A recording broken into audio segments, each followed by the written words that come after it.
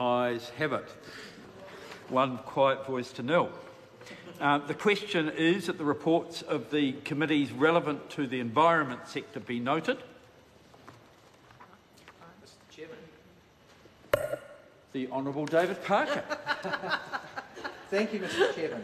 I want to address. I want to address the.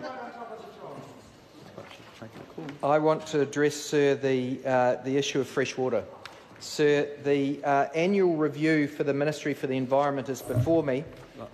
Sorry, I'm just going to interrupt the member, and I'm not going to take the call off him. I am going to say that I did look to the chair of the committee to take a call. He chose not to, and I just want to put on the record that the Honourable Scott Simpson is the chair of the committee until 9 o'clock in the morning. David Parker. Thank you, sir. I wasn't trying to gazump anyone either. I just was worried that the vote would pass if no one took a call, sir. And of course, there is something to be said in respect of fresh water, which is that 8 years after this government took office, fresh water quality still declines in so many of our waterways.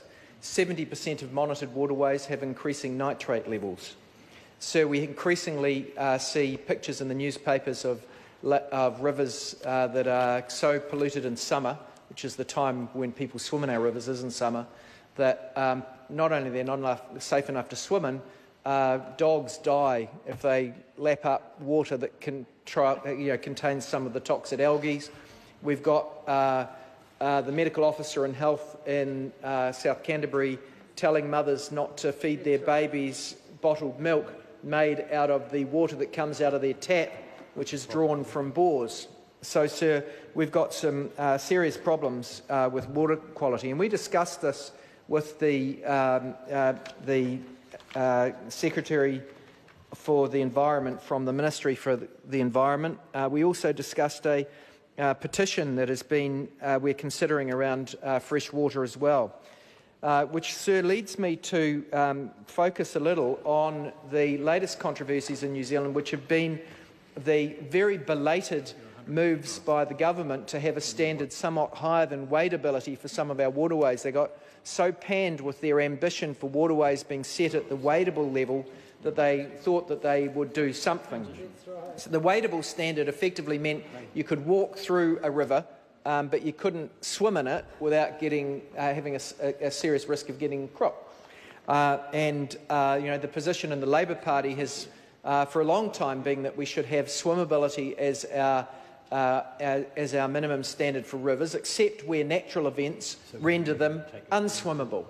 Now, for a long time, the Minister for the Environment, Nick Smith, said that was an impossible ideal, and he quoted ridiculous examples like floods. Well, no one swims in their rivers in floods, and the acid wash off some of the volcanic areas, increasing acid levels in rivers, and then I think the third example he used was bird droppings in the Ashburton River because there were birds that nested on the banks of the river. All of them were ridiculous because we're not trying to have those rivers made swimmable. We just don't want rivers degraded below swimmable by human intervention. So the government came out a couple of months ago with this proposed change to the national policy statement to up the levels a little bit.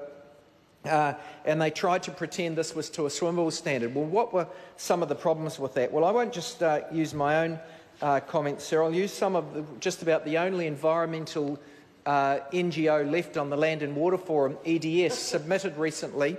Others have pulled out of the Land and Water Forum because they've been so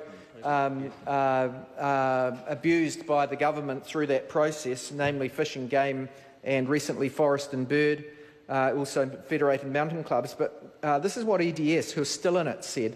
They said they do not support how these concepts that have been approved by Land and Water Forum have been incorporated in the proposed standard on swimmability. They say the consultation document has taken the LORF's recommendations, manipulated them and watered them down. That's one of their own participants. And then they go through some of the problems with it. They note that that there aren't appropriate controls on increasing nitrates where you have a river that is found to be degrading, as evidenced by the little bugs in it, the macroinvertebrates that sit on the bottom of the rivers, dying away. There's nothing in the standard that makes you stop doing that. I think one of the obvious examples is in respect of slime. Periphyton is how it's described in the document, and yet there's no adequate control on excessive rates of periphyton, slime growth caused by nutrient enrichment or by artificially decreased flows, which of course are caused by irrigation. And perhaps the worst of them all, which I think is, or the two worst of them all, one is, they say 90% of rivers want them cleaned up. That 90% includes all the rivers in our national parks. They're not the ones that need to be cleaned up. It should be those that are running through agricultural areas where it's intensive agriculture. And then the final, and perhaps worst one, was that they are going to exclude test results that are adverse 20% of the time. 20% of the time, Mr Chairman, would be from Christmas to the 1st of March, which is the summer period, which makes the standard ridiculous. Mr Chair. Catherine Delahunty. Thanks.